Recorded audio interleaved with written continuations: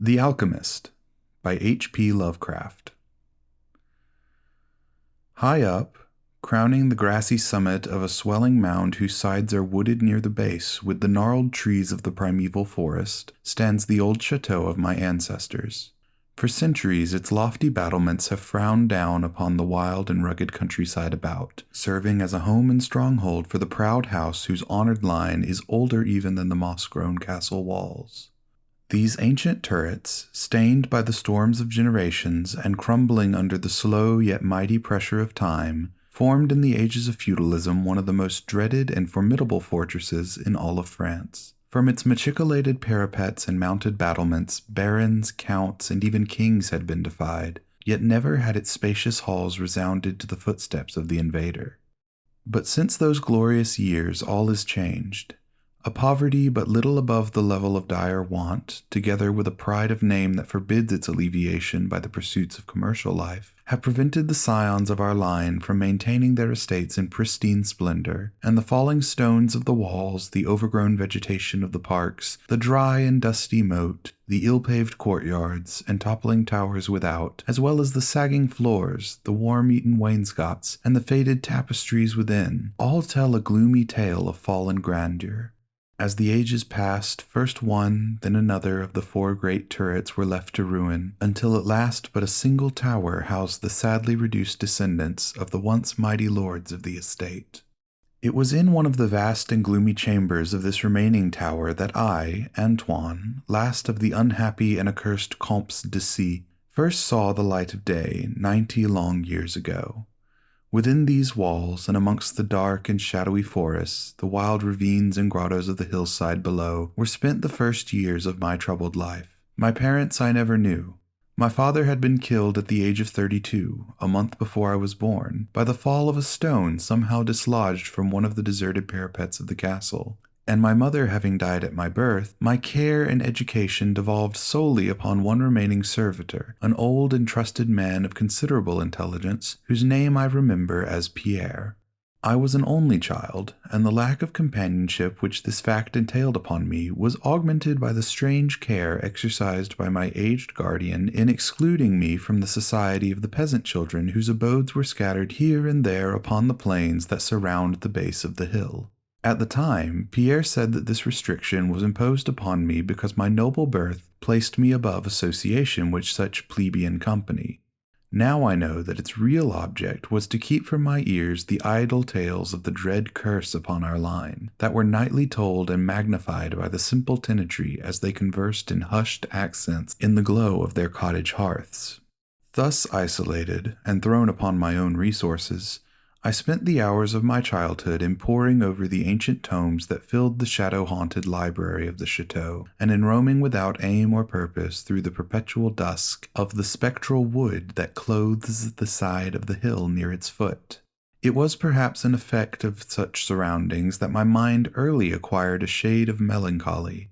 Those studies and pursuits which partake of the dark and occult in nature most strongly claimed my attention. Of my own race I was permitted to learn singularly little, yet what small knowledge of it I was able to gain seemed to depress me much. Perhaps it was at first only the manifest reluctance of my old preceptor to discuss with me my paternal ancestry that gave rise to the terror which I ever felt at the mention of my great house. Yet as I grew out of childhood, I was able to piece together disconnected fragments of discourse, let slip from the unwilling tongue which had begun to falter in approaching senility, that had a sort of relation to a certain circumstance which I had always deemed strange, but which now became dimly terrible. The circumstance to which I allude is the early age at which all of the Comtes of my line had met their end. Whilst I had hitherto considered this but a natural attribute of a family of short-lived men, I afterward pondered long upon these premature deaths, and began to connect them with the wanderings of the old man, who often spoke of a curse which for centuries had prevented the lives of the holders of my title from much exceeding the span of 32 years. Upon my 21st birthday, the aged Pierre gave me a family document which he said had for many generations been handed down from father to son and continued by each possessor. Its contents were of the most startling nature, and its perusal confirmed the gravest of my apprehensions. At this time, my belief in the supernatural was firm and deep-seated, else I should have dismissed with scorn the incredible narrative unfolded before my eyes.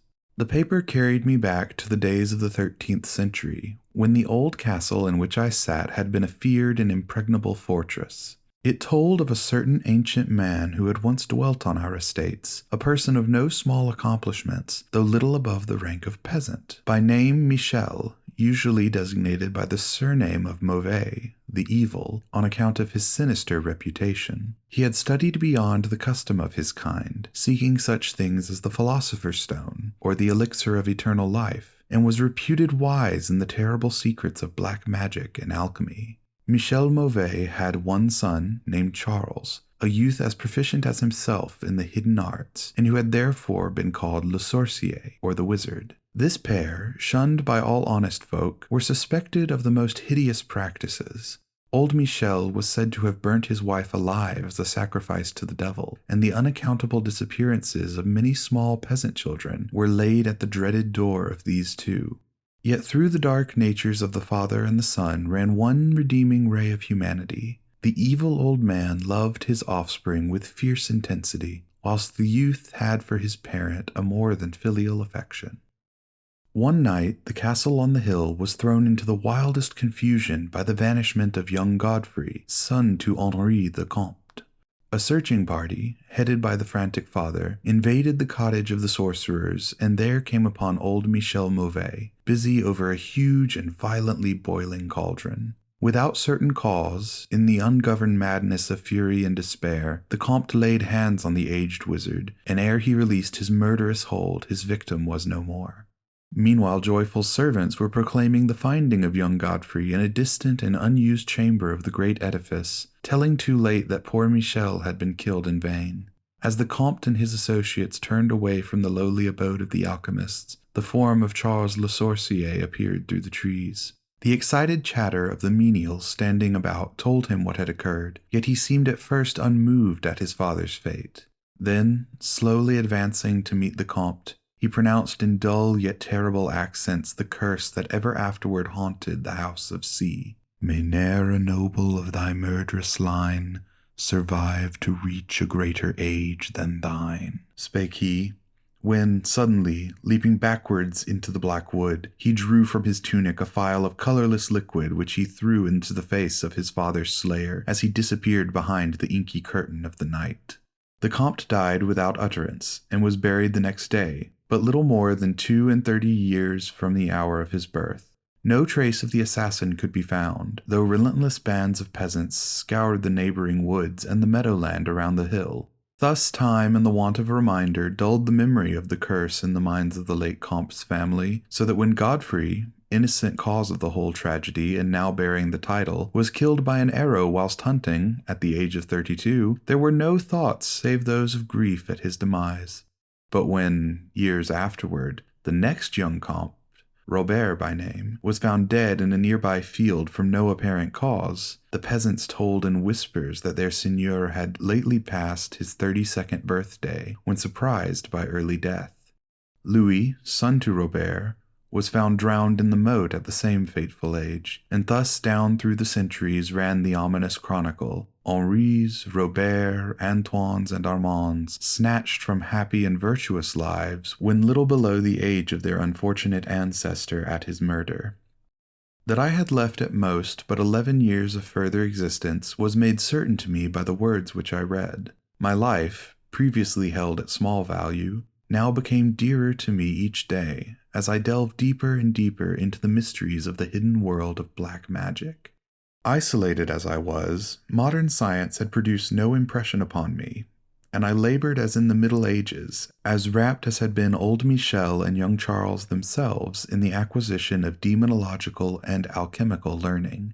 Yet read as I might, in no manner could I account for the strange curse upon my line.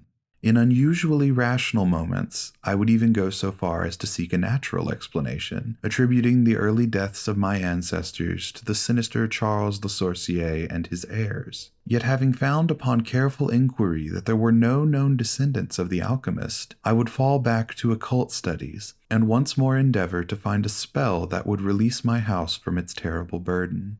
Upon one thing I was absolutely resolved. I should never wed, for since no other branches of my family were in existence, I might thus end the curse with myself. As I drew near the age of 30, old Pierre was called to the land beyond. Alone I buried him beneath the stones of the courtyard about which he had loved to wander in life. Thus was I left to ponder on myself as the only human creature within the great fortress, and in my utter solitude my mind began to cease its vain protest against the impending doom, to become almost reconciled to the fate which so many of my ancestors had met. Much of my time was now occupied in the exploration of the ruined and abandoned halls and towers of the old chateau, which in youth fear had caused me to shun, and some of which, old Pierre had once told me, had not been trodden by human foot in over 4 centuries. Strange and awesome were many of the objects I encountered. Furniture, covered by the dust of ages and crumbling with the rot of long dampness, met my eyes. Cobwebs in a profusion never before seen by me were spun everywhere, and huge bats flapped their bony and uncanny wings on all sides of the otherwise untenanted gloom. Of my exact age, even down to days and hours, I kept a most careful record, for each movement of the pendulum of the massive clock in the library told off so much more of my doomed existence. At length I approached that time which I had so long viewed with apprehension. Since most of my ancestors had been seized some little while before they reached the exact age of Comte Henri at his end, I was every moment on the watch for the coming of the unknown death. In what strange form the curse should overtake me, I knew not, but I was resolved, at least, that it should not find me a cowardly or a passive victim. With new vigor I applied myself to my examination of the old chateau and its contents. It was upon one of the longest of all my excursions of discovery in the deserted portion of the castle, less than a week before that fatal hour which I felt must mark the utmost limit of my stay on earth, beyond which I could have not even the slightest hope of continuing to draw breath, that I came upon the culminating event of my whole life. I had spent the better part of the morning in climbing up and down half-ruined staircases in one of the most dilapidated of the ancient turrets. As the afternoon progressed, I sought the lower levels, descending into what appeared to be either a medieval place of confinement or a more recently excavated storehouse for gunpowder. As I slowly traversed the niter-encrusted passageway at the foot of the last staircase, the paving became very damp, and soon I saw by the light of my flickering torch that a blank, water-stained wall impeded my journey. Turning to retrace my steps, my eye fell upon a small trapdoor with a ring, which lay directly beneath my feet. Pausing, I succeeded with difficulty in raising it, whereupon there was revealed a black aperture, exhaling noxious fumes which caused my torch to sputter, and disclosing in the unsteady glare the top of a flight of stone steps. As soon as the torch, which I lowered into the repellent depths, burned freely and steadily, I commenced my descent. The steps were many, and led to a narrow stone-flagged passage which I knew must be far underground. The passage proved of great length, and terminated in a massive oaken door, dripping with the moisture of the place, and stoutly resisting all my attempts to open it. Ceasing, after a time, my efforts in this direction, I had proceeded back some distance towards the steps, when there suddenly fell to my experience one of the most profound and maddening shocks capable of reception by the human mind. Without warning, I heard the heavy door behind me creak slowly open upon its hinges. My immediate sensations are incapable of analysis. To be confronted in a place as thoroughly deserted as I had deemed the old castle, with evidence of the presence of a man or spirit, produced in my brain a horror of the most acute description. When at last I turned and faced the seat of the sound, my eyes must have started from their orbits at the sight that they beheld. There, in the ancient Gothic doorway, stood a human figure. It was that of a man clad in a skull cap and long medieval tunic of dark color. His long hair and flowing beard were of a terrible and intense black hue, and of incredible profusion. His forehead, high beyond the usual dimensions, his cheeks, deep sunken and heavily lined with wrinkles, and his hands, long, claw-like and gnarled, were of such a deathly, marble-like whiteness as I have never elsewhere seen in man. His figure, lean to the proportions of a skeleton, was strangely bent and almost lost within the voluminous folds of his peculiar garment. But strangest of all were his eyes, twin caves of abysmal blackness, profound in expression of understanding, yet inhuman in degree of wickedness. These were now fixed upon me, piercing my soul with their hatred, and rooting me to the spot whereon I stood. At last the figure spoke with a rumbling voice that chilled me through with its dull hollowness and latent malevolence. The language in which the discourse was clothed was that debased form of Latin in use among the more learned men of the Middle Ages, and made familiar to me by my prolonged researches into the works of the old alchemists and demonologists.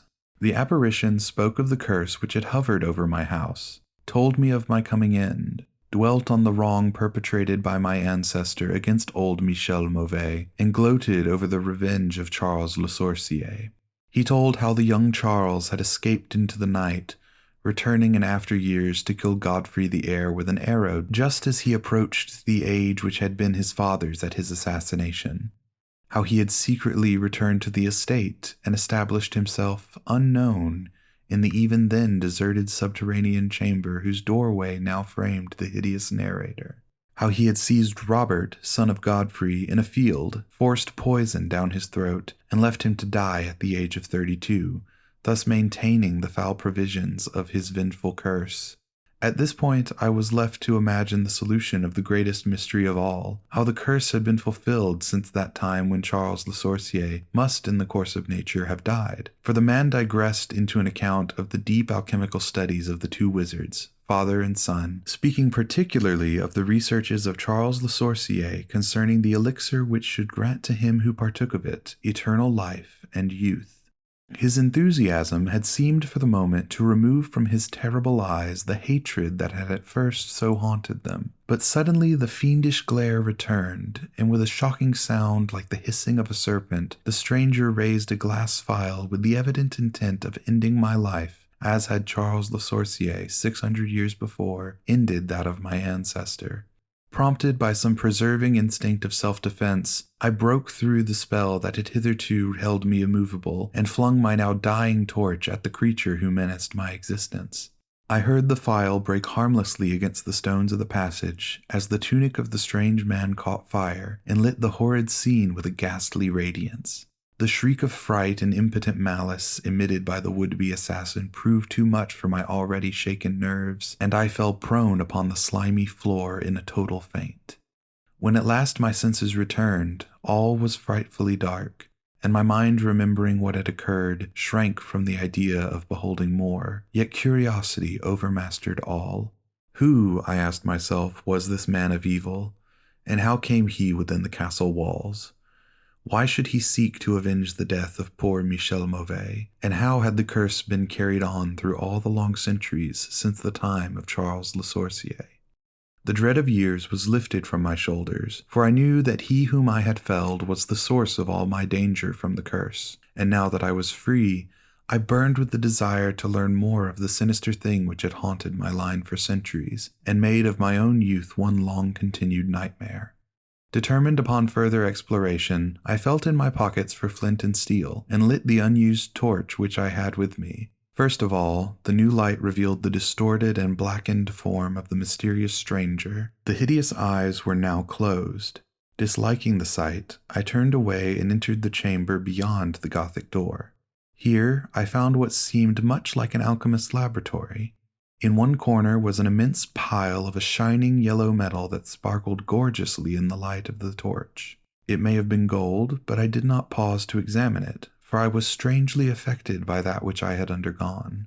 At the farther end of the apartment was an opening leading out into one of the many wild ravines of the dark hillside forest. Filled with wonder, yet now realizing how the man had obtained access to the chateau, I proceeded to return. I had intended to pass by the remains of the stranger with averted face, but as I approached the body, I seemed to hear emanating from it a faint sound, as though life were not yet wholly extinct. Aghast, I turned to examine the charred and shriveled figure on the floor. Then all at once the horrible eyes, blacker even than the seared face in which they were set, opened wide with an expression which I was unable to interpret. The cracked lips tried to frame words which I could not well understand. Once I caught the name of Charles Le Sorcier, and again I fancied that the words years and curse issued from the twisted mouth. Still, I was at a loss to gather the purport of his disconnected speech. At my evident ignorance of his meaning, the pitchy eyes once more flashed malevolently at me, until, helpless as I saw my opponent to be, I trembled as I watched him. Suddenly the wretch, animated by his last burst of strength, raised his hideous head from the damp and sunken pavement.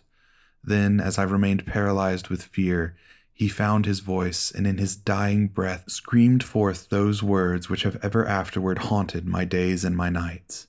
"Fool," he shrieked, "can you not guess my secret?